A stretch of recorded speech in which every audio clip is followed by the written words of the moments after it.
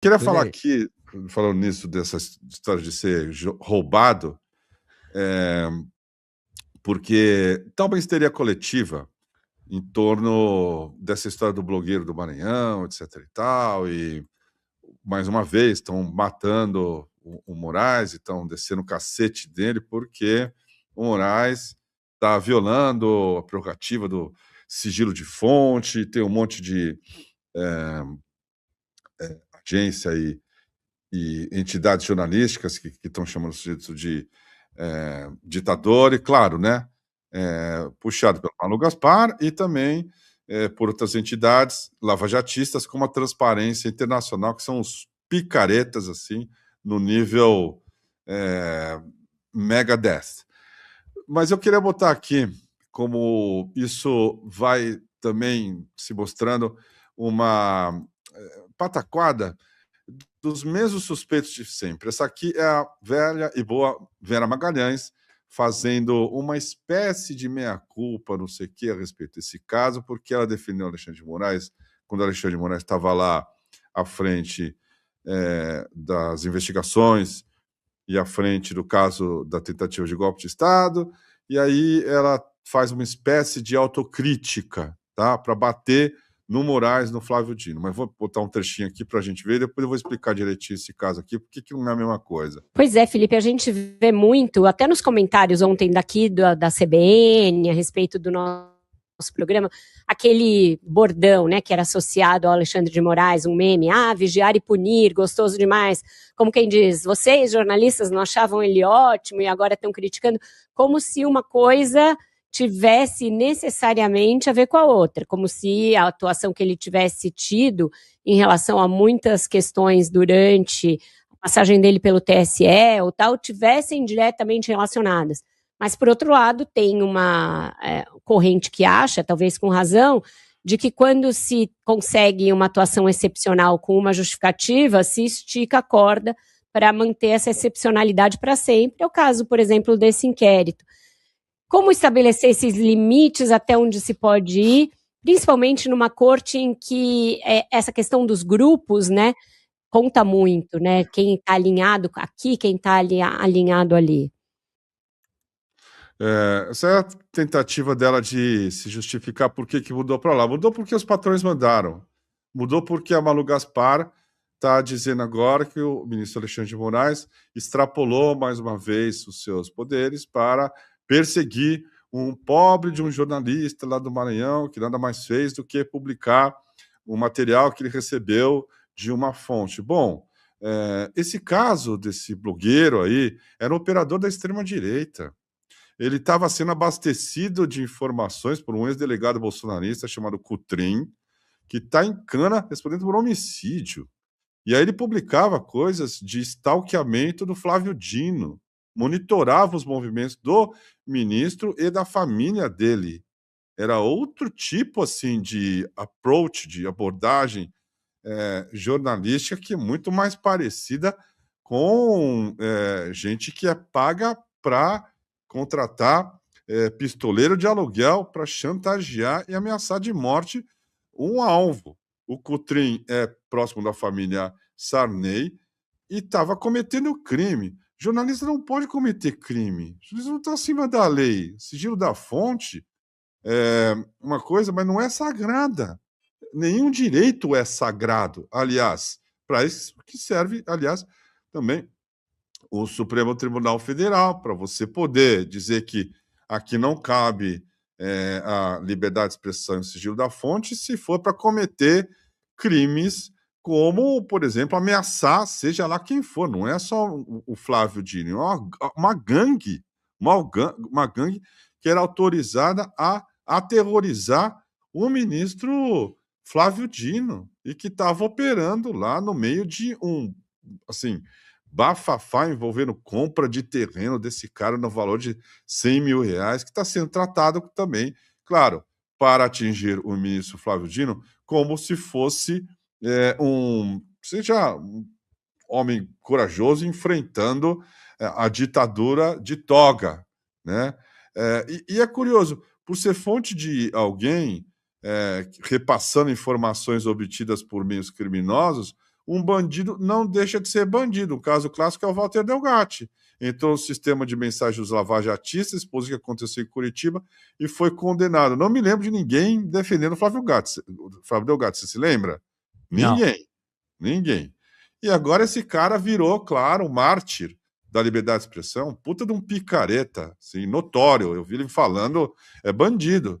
Para o quê? Para atacar, claro, o ministro Alexandre de Moraes e o Flávio Dino. Ontem a Malu Gaspar também foi lá e deu um cacete no Alexandre de Moraes, que aí eu queria chamar a atenção. Foi respondido pelo Otávio Guedes. Eu vou mostrar a resposta do Otávio Guedes para mostrar que agora, como eu venho dizendo, a Lava Jato não é mais a Pravda, não é mais a verdade oficial, o pensamento único dentro das organizações de mídia.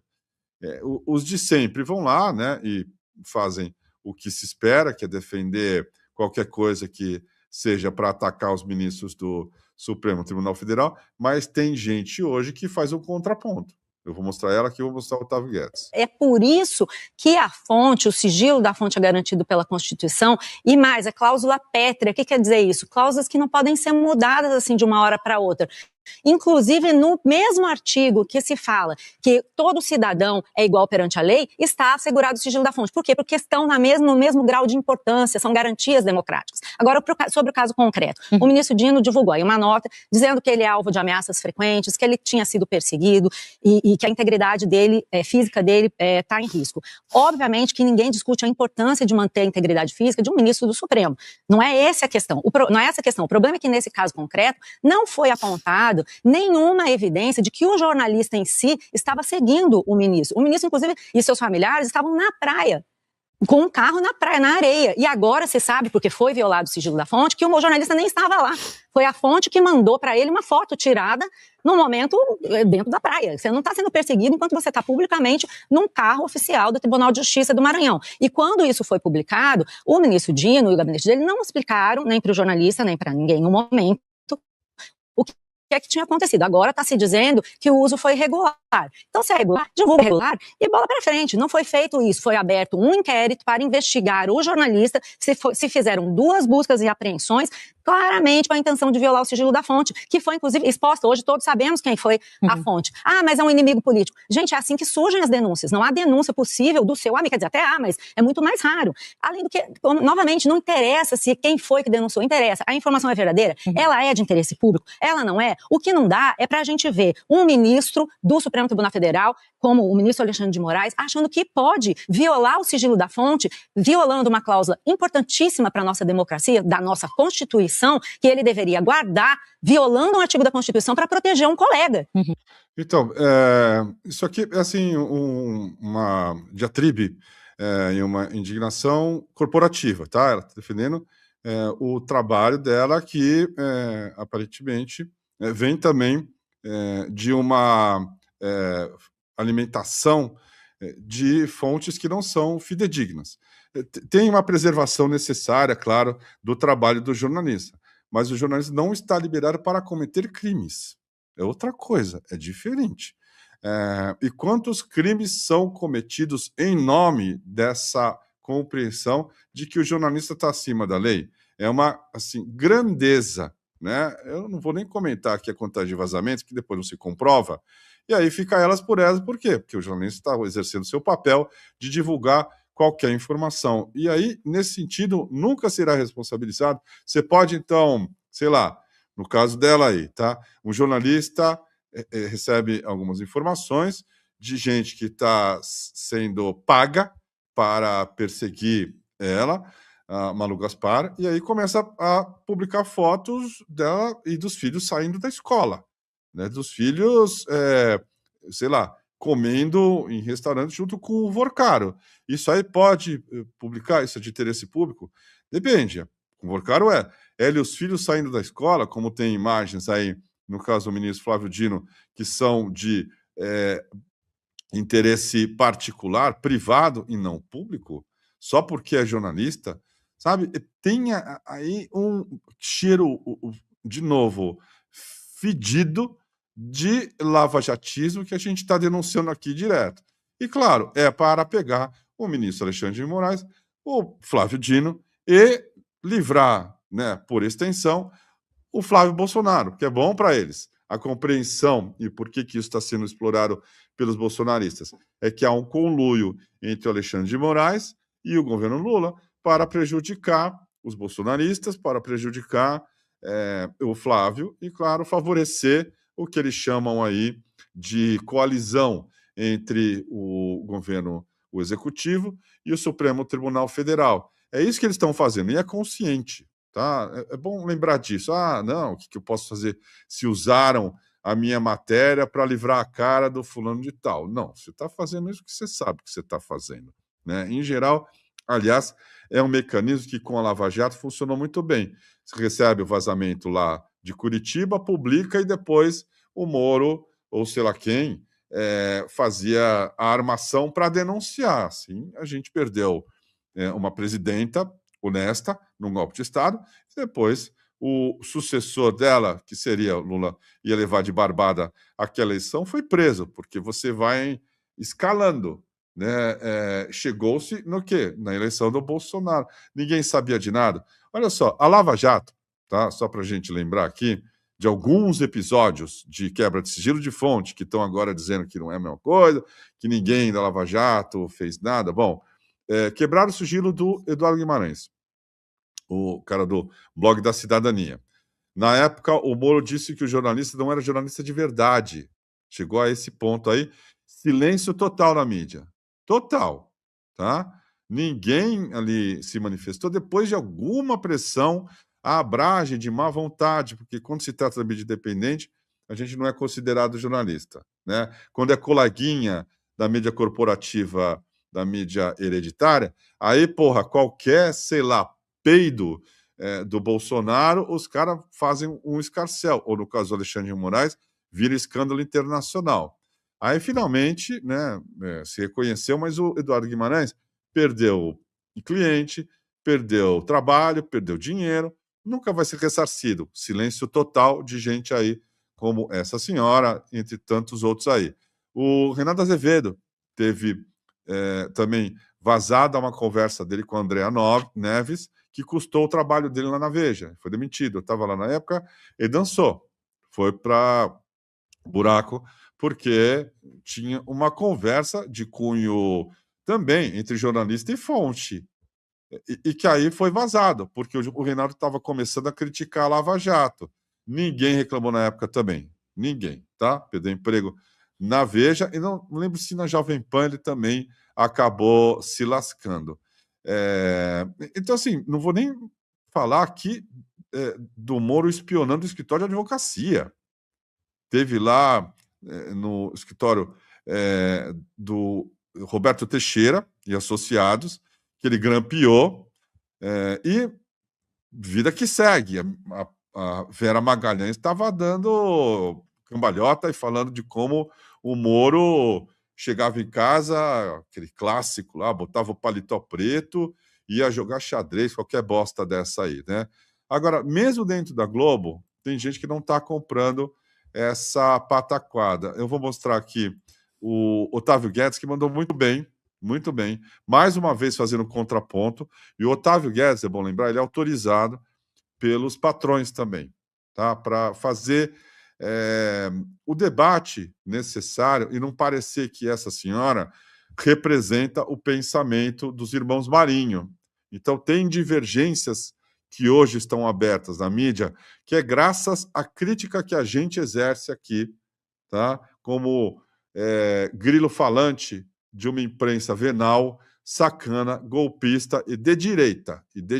E o Otávio Guedes falou isso aqui que eu vou mostrar para vocês. Guardar, violando um artigo da Constituição para proteger um colega. Existe o caso em tela que a Polícia Federal e a Procuradoria-Geral da República diz que é um caso de perseguição ao ministro Flávio Dino. Não se trata de um exercício regular do jornalismo de questionar o uso de um carro público por um homem público. Qual é o caso? Em 2022, há um assassinato numa área nobre do Maranhão em que estaria presente na mesa o sobrinho do governador Brandão. Durante a investigação desse homicídio, há a atuação de um sujeito chamado Raimundo Cotrim. Raimundo Cotrim é um ex-secretário de Segurança do Maranhão. Ele é acusado de tentar obstruir justiça para que o nome do sobrinho do governador Brandão não venha à tona nessa investigação de homicídio. Segundo a Polícia Federal, o sobrinho do governador estaria negociando propina para que o governo do estado pagasse atrasado. Quando surge isso, a Polícia Federal pede o afastamento do governador Brandão. Esse pedido é negado. E o caso passa a envolver um ministro do STJ, senador da República. Então, isso que começa com homicídio, um crime simples, no Maranhão, sobe para o STF. Cai na mão do Flávio Dino e determina a prisão desse ex-delegado da Polícia Federal, Raimundo Cotrim, acusado de obstruir justiça, de tentar impedir uma investigação que chegaria a familiares do governador do Maranhão. Esse Raimundo Cotrim é preso por decisão do Flávio Dino. Na casa dele são apreendidas 26 armas e 500 munições. 26 armas. 26 armas, algumas sem registro. Nós demos aqui, tá? 26 armas, algumas sem registro. É bandido. Então, a partir daí, há uma série de publicações desse jornalista que mostra movimentações dos filhos do Flávio Dino indo pro judô, da mulher do Flávio Dino saindo de casa. E isso é entendido. Isso é jornalismo? Os filhos do cara indo pro judô, qual que é o interesse público que a Malu Gaspar tá defendendo? Tem interesse público nisso? O cara levando os filhos pro judô? A mulher saindo de casa? Isso aí é stalker. Isso aí é outra coisa. Não tem nada a ver com o jornalismo. Ah, não, o povo precisa saber que os filhos do Flávio Dino fazem judô? Não é isso? Como uma intimidação contra o ministro Flávio Dino, uma perseguição, por conta deste processo que está com o Flávio Dino sob sigilo. O Alexandre de Moraes investiga essa suposta perseguição. Apreende o celular do blogueiro, do jornalista. Vai até a fonte e descobre que a fonte das informações sobre o carro, sobre os deslocamentos, partem do Raimundo Cotrim. Foi preso por decisão do Flávio Dino, acusado de obstruir justiça em um crime de homicídio que levaria a familiares do governador. Então, esta é a complicação deste caso, porque não se trata de um jornalista profissional fazendo uma denúncia legítima de um homem público usando o bem público. Há, inclusive, suspeita de que seja um picareta que recebeu 100 mil reais para perseguir Flávio Dino. Então, esse é o contexto que precisa ser esclarecido, que abre uma brecha para essa história. O que eu estou trazendo aqui são fatos. Não é opinião, são fatos. É isso. Essa Isso aí são fatos. Já dizia o outro, contra fatos não há argumentos. Essa é a contextualização que precisa ser dada num caso desse. Se você quiser fazer aí a tentativa de transformar isso numa perseguição à liberdade de expressão, como estão fazendo. Inclusive o Glenn Greenwald dizendo que o Alexandre de Moraes é a maior ameaça ao Brasil, esse vagabundo que mora no Rio de Janeiro, americano, e que tem lá um presidente da República que colocou jornalistas em risco quando fez essa mudança de um avião para outro lá no Air Force One, depois de uma suposta ameaça que foi detectada pela inteligência israelense, em que a CIA não acreditou de que havia uma bomba. E ele deixou os jornalistas lá no avião e foda-se.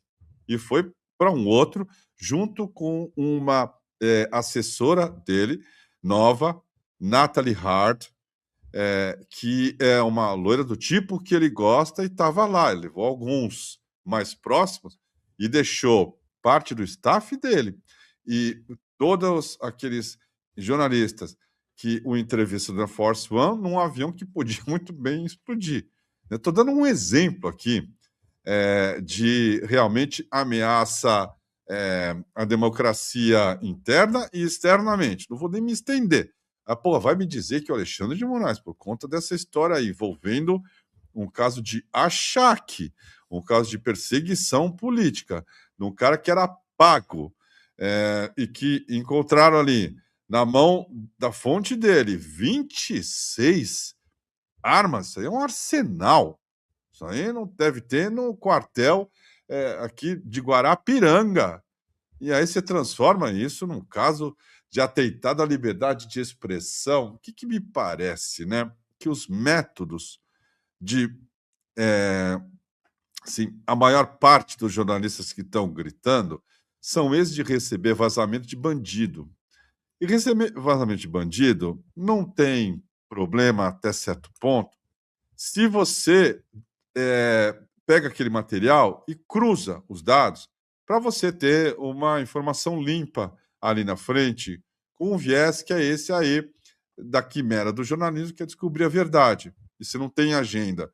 No caso dessa turma aí da Lava Jato, e são todos aí lavajatistas que estão reclamando, eles usam coisas vazadas ilegalmente, não apuram nada, para pegar inimigos, e os inimigos podem ser desde o DCM até os ministros do Supremo que costumam criticar esses métodos aí do jornalismo de acesso, que são, às vezes, criminosos.